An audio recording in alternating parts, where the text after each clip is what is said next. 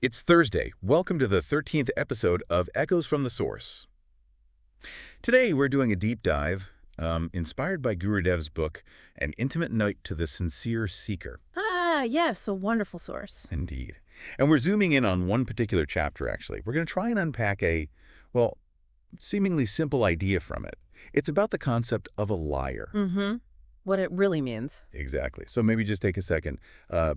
Think about a time someone you trusted lied to you. Yeah. Or you felt they did. What did you feel? It brings up a lot, doesn't it? For sure. Yeah. Sadness, maybe anger, feeling cheated, disappointed. Or maybe even sometimes compassion or just shock, wondering why. All those things. Now, here's where the text gets interesting. It really flips the script, you know? It does. The core idea it presents is that when someone is actually caught lying, Yeah. they're not a good liar. Which sounds almost obvious when you say it like that. Right. But the implication is key.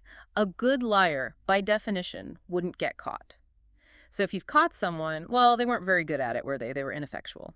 And the text goes even further. It describes this person as so innocent that he could not even lie properly. That word innocent is striking there. It really is. It's not saying the lie itself was innocent, but the person's ability or lack thereof. Exactly. Their execution failed. And think about it if they hadn't been caught. You would never have known. You'd just be carrying on, none the wiser. Which means you can never really point to someone and say, there's a good liar. Because the good ones, well, they get away with it. You don't know they exist, in a way. It's quite a thought. And this leads to that really surprising conclusion in the book. It says, the person you call a liar is not a good liar. And he is innocent, isn't he? It just stops you in your tracks, that line. Because our usual response is judgment, anger, distrust. Totally. But this asks us to pause on that. To see their failure, their ineptitude at deception as a kind of innocence. It's a perspective shift, isn't it? Away from the hurt and more towards the person's clumsiness in the act. It is. And the source even kind of acknowledges this might feel weird or complicated. It almost winks at you, saying, like, you don't need to tie yourself in knots thinking about all this mental gymnastics. Right. It offers something much simpler, much more direct. Which is? Instead, melt and dissolve in love. Wow. So instead of cycling through anger, disappointment, trying to figure out why? The suggestion is to move towards a place of, well, love, understanding, compassion, maybe? Seeing that innocence in their failure to deceive properly? Yes, it reframes the entire interaction. So for you listening, the key takeaway here from this chapter, this deep dive, is really about reconsidering our reaction. Yeah. When someone is caught in a lie, Gurudev's text suggests looking at their failure as a liar. Seeing a kind of innocence in that ineptitude, again, not excusing the lie, but changing our internal response to the person. It's definitely an unusual lens, pushes back against our instincts. It does. It encourages moving beyond the immediate negative feelings. Have you ever considered that maybe getting caught reveals more about their vulnerability, their fear? Their, basic human messiness, rather than some grand plan to deceive. Precisely. It's a different lens to look through. So the core of this comes from Gurudev, and he says it just like that. If someone lies and is caught, it means they weren't a good liar. They were innocent enough to get caught. It sounds almost playful, doesn't it? But there's a real depth there. Yeah. What it does immediately is shift your focus. Instead of just reacting to the lie, the act of lying. And that immediate urge to judge. Right. Your attention goes to the person. And the fact they got caught suggests, well, they weren't very good at it. There was a clumsiness there. An inability to really pull it off. Which makes you think, okay, maybe the motive wasn't purely malicious. Because a really skilled liar, a truly manipulative person, they probably wouldn't get caught so easily, right? That's the idea. So the person who does get caught, who trips up in their own story, maybe they're operating from a place of fear, not malice. Okay, so how does that tie into other concepts? You mentioned Maya earlier. Right, Maya. It's often translated as illusion, but maybe think of it more simply here, like the roles we play, the masks we wear every day. We all do that to some extent, right? For safety or fitting in. Exactly. We put on these fronts. The mistake, Gurudev suggests, is thinking the mask is the person. We forget there's someone underneath. So connect that to the lie. Someone lies, they get caught, it's like their mask slipped. Kind of. It shows they felt they needed a mask, maybe out of fear of judgment, fear of consequences, fear of vulnerability. But they weren't skilled enough to keep the mask perfectly in place. Their attempt to manage their fear or protect themselves, it just failed. Exactly. The failed lie points to that underlying vulnerability, a clumsy attempt at self-protection that backfired. And there's a sort of, well, innocence in that lack of skill and that flawed attempt. Okay, that makes sense conceptually. But how does this actually look in real life? You mentioned stories. Yeah, these stories really bring it home. There's one about Anaya and her sister. The sister borrowed money, lied about it. Anaya was understandably hurt. Yeah, that sounds tough. So what happened? Well, Anaya came across this teaching, and instead of confronting her sister in anger, which would be the typical reaction, Right, the instinct. she paused. She decided to approach her sister with curiosity, like, what was really going on for you? That takes some self-control. It does. But that pause, that shift from accusation to curiosity was key. It let her look beyond the lie itself. And what did she find? She found fear. Her sister was afraid of looking weak, afraid of losing Anaya's respect, afraid of being a burden. The lie wasn't about malice, it was about managing those fears, however clumsily. Wow, so the lie was like a symptom of the fear. Exactly. And because Anaya responded with curiosity, not anger, it actually brought them closer. It opened up a space for real understanding. Their relationship deepened because of it. That's powerful. Addressing the fear, not just the lie. Mm-hmm. Then there's the story of the teenager who tried to change his report card grades. Oh yeah, classic move. Totally classic. Ah, But he got caught because the ink smudged. He wasn't exactly a criminal mastermind. definitely not. So how did the parents react? Grounded for life. That's what you'd expect, right? But the mother's response was amazing. She didn't yell. She just gently asked him, "What were you afraid of?" Straight to the heart of it. Right. And the boy confessed. He was terrified of disappointing them, of losing their love because of bad grades. Oh wow, so again, fear. Deep fear. Yeah. And her reaction, not a lecture, not punishment, a hug. A hug. Yeah. In that moment of vulnerability, when he expected the worst, he got acceptance.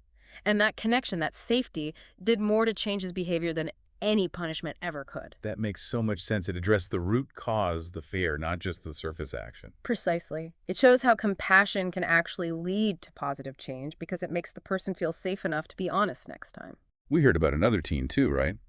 Lying about exam scores. Yes, similar situation. This boy lied because he desperately wanted praise and was scared of his parents' disappointment. Again, the motive wasn't to hurt anyone. It was this mix of wanting approval and fearing failure. And how did that one play out? In that story, it was the grandmother who reacted. And like the other mother, she didn't scold. She asked, "Why were you so scared to tell us the truth?" Another gentle, probing question. Mm-hmm. It created that space for him to acknowledge his fears. It taught him more about unconditional love, that it was safe to be honest, even when he messed up. It seems like asking why they felt the need to lie, or what they were afraid of, is a recurring theme here. It really is. It shifts the dynamic from confrontation to exploration. What about Ravi's story? He lied at that spiritual center, right?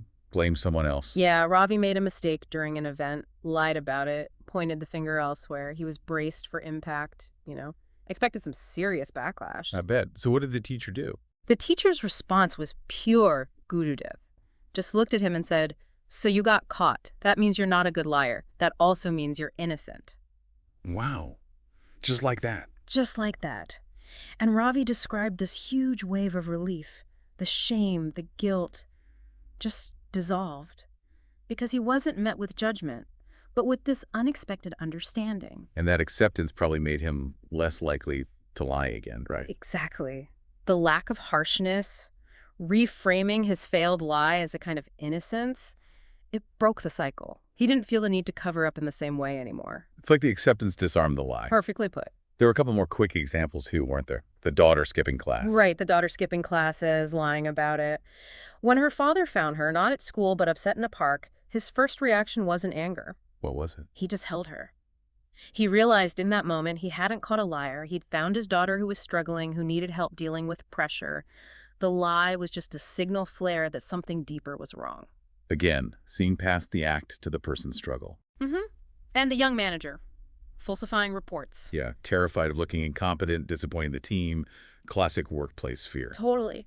But when his boss found out, instead of firing him, the boss asked, "What made you feel you had to lie?" Offered mentorship, support. And the result? The manager became more honest, more reliable. because the fear was addressed and trust was built through understanding, not punishment. Even that smaller example, the friend lying about the party invitation. Yeah, lying probably to avoid hurting feelings, right? A clumsy attempt at kindness, maybe? Initially, the person was hurt, which is natural. Of course. But then, remembering this teaching helps shift the perspective, seeing it less as a personal rejection and more as the friend's awkward, fearful way of handling things. It softens it. Okay, so these stories really show how looking for the innocence, the fear, the vulnerability behind a failed lie, can completely change the interaction and the outcome. Definitely. And the metaphors help solidify this idea, too. Right, let's talk about those. The first one was the cracked mirror. Yeah. The lie is like a distorted reflection. But the distortion isn't the person. It's coming from a crack within them. Maybe fear, shame, some old conditioning. So you wouldn't blame the reflection, right? You'd acknowledge the crack causing it. Exactly. Focus on the source of the distortion, not just the distorted image itself. I like that. What about the stumble that shows the path? Think of someone tripping in the dark. The stumble, the failed lie draws attention.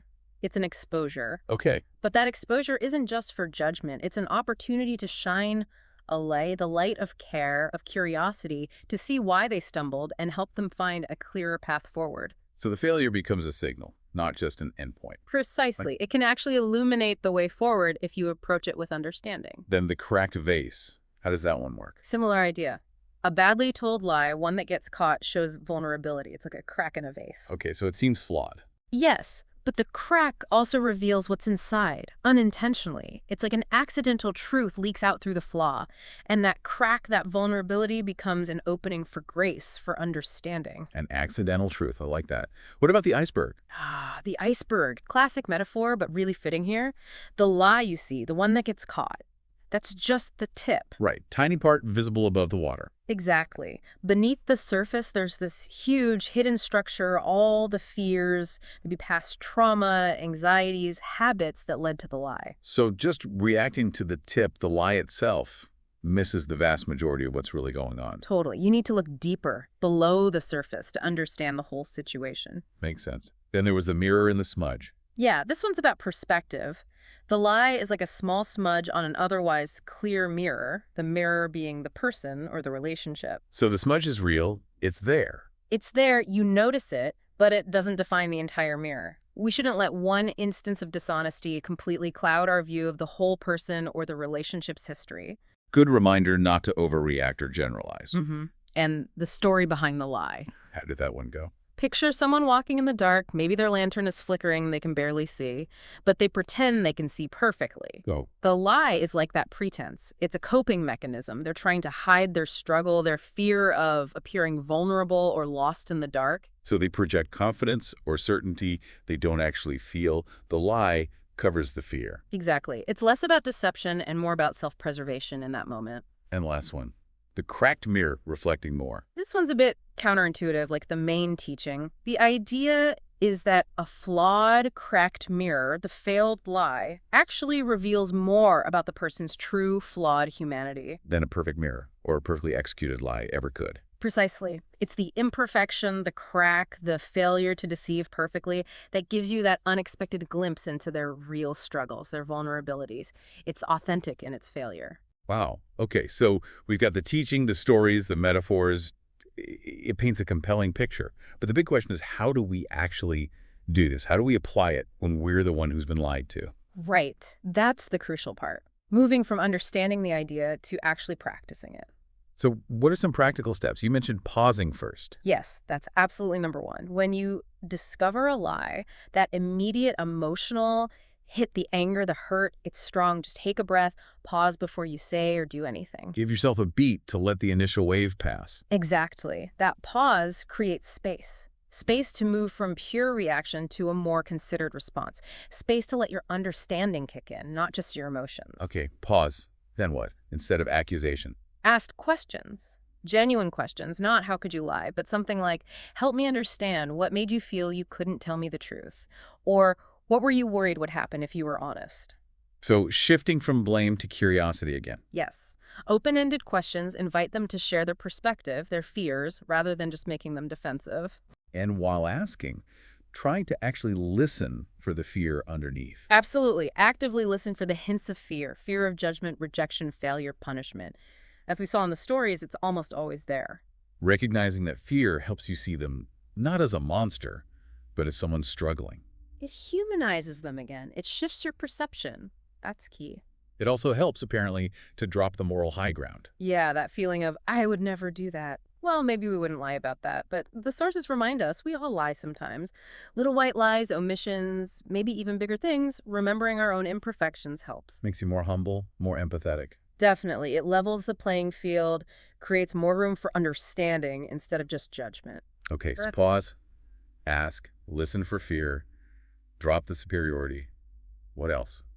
Creating a safe space. Crucial. If someone feels safe, if they believe they won't be absolutely crucified for telling the truth, even a difficult truth, they're much more likely to be truthful next time. So your reaction now influences their honesty later. Massively. It's about cultivating an environment where vulnerability isn't punished. There was also a mention of meditating. How does that fit in? Well, it's about clearing your own lens. Our own hurt, our biases, our assumptions, they cloud how we see the situation. A few moments of quiet can help you approach it with more discernment, less personal baggage. See things a bit more clearly, less emotionally, Right, get some perspective. and turning confrontation into conversation. Yeah, instead of marching in ready for battle, approach it like, okay, let's talk about this. I want to understand. It feels less like an attack, more like an invitation to connect. Creates a different energy entirely. It really does. And then leading with love. Hmm. That sounds aspirational, maybe. It can feel that way, especially when you're hurt. But it means trying to let go of your egos need to be right or your attachment to how things should have been.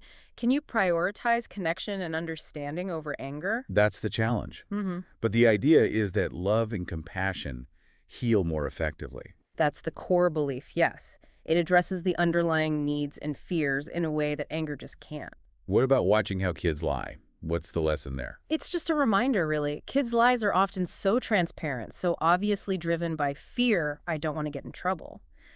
It reminds us that adult lies often stem from similar basic vulnerabilities, even if they seem more complex. It brings it back to that core fear element. Mm-hmm. And instead of just idolizing honesty, try to embody it. Be vulnerable yourself. Lead by example. Exactly. When you're open about your own struggles and mistakes, it makes it safer for others to be real with you. Respond with empathy, not just judgment. Keep hearing that. Because empathy connects you to their human experience, their struggle. Judgment just creates distance. Even humor was mentioned, like Gurudev's playful tone. Yeah, sometimes if the situation allows and it's done kindly, a little bit of lightheartedness can actually diffuse the tension. Not making light of the lie, but maybe the clumsiness of it. It can open the door to a less defensive conversation. Handle with care, though, right? Absolutely. Read the room. But sometimes deflating the drama helps. Focus on rebuilding from compassion, not control. Right. Trying to control someone often backfires, breeds resentment. Building trust through understanding is more sustainable. And looking within, what are my own attachments, my rigid expectations? Yeah. How might my expectations be contributing to a situation where someone feels they can't be honest with me? That's a tough but important question. Okay, shifting perspective, see the lie as an opportunity for growth. Can you reframe it instead of this is a disaster, maybe, okay, this revealed something important. How can we grow from this together? That's a big shift. Embrace imperfection. Yes. In them, in yourself, in the relationship. We're all messy humans. Letting go of the need for perfection makes everything easier. Recognize the potential for the relationship to actually get stronger after navigating this. If handled with compassion, yes. Overcoming challenges together can deepen trust and intimacy. Foster trust through your own vulnerability. Right. Share your own feelings, your own fears. It invites reciprocity. Sometimes, just silence. Holding the moment. Mm-hmm. Just being present without immediately needing to fix it or react. Giving space for things to settle, for maybe the truth to emerge more gently. And if you're the one who lied, speak without shame. Try to. Acknowledge a fear, own the mistake. That vulnerability can be disarming. I was scared, and I messed up. Look for the unsaid. Mm-hmm. What were they really trying to protect? Yeah, dig a little deeper than the surface lie. What was the underlying motive? Leading with trust. I want to trust you. Help me understand. It sets a positive frame. Even in a difficult moment, it shows you want to reconnect. Reflecting on my own lies. Yeah, it brings it back to that humility. If I can have compassion for my own moments of dishonesty, maybe I can extend that to others. Forgiveness is freedom for yourself. Exactly. Holding on to anger and resentment hurts you most. Forgiveness is about letting go of that burden for your own peace, not necessarily condoning the act. Pause to inquire, not accuse. What made you afraid to tell me the truth? Such a key question. Direct and non-accusatory focuses on the fear. Detach from personal hurt. See it as their struggle. Try to. It's hard when you feel betrayed, but often the lie is more about their internal state than a calculated attack on you. It's self-preservation. Be a safe space, calm, inviting energy. Your presence matters. Do people feel they can be honest with you?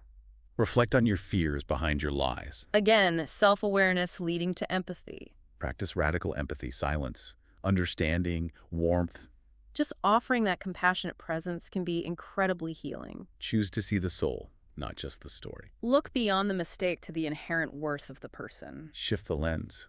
What fear or pain is driving this? Always coming back to that underlying driver. Don't personalize it. It might be self-preservation. A crucial reminder. Recognize the vulnerability behind the lie. See the soft spot they were trying to protect. Practice deep compassion. It's the foundation. Keep creating that safe space through non-judgment. Consistency builds trust. Pause before judgment when lied to. That critical first step. See the innocence in the clumsiness. Reframe the failure. Ask, am I someone they feel safe being honest with? The mirror turned inward. Powerful self-reflection. And, yeah, laugh when you can. Use that spiritual levity.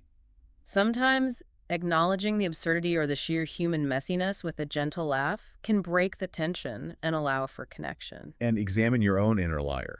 Offer that grace outward. Exactly. Self-compassion fuels compassion for others. It all connects. Okay. Wow. That's a lot of practical advice, a lot of ways to approach this differently. Okay. So bringing it all together, what's the deeper message here? What's the transformation we're talking about?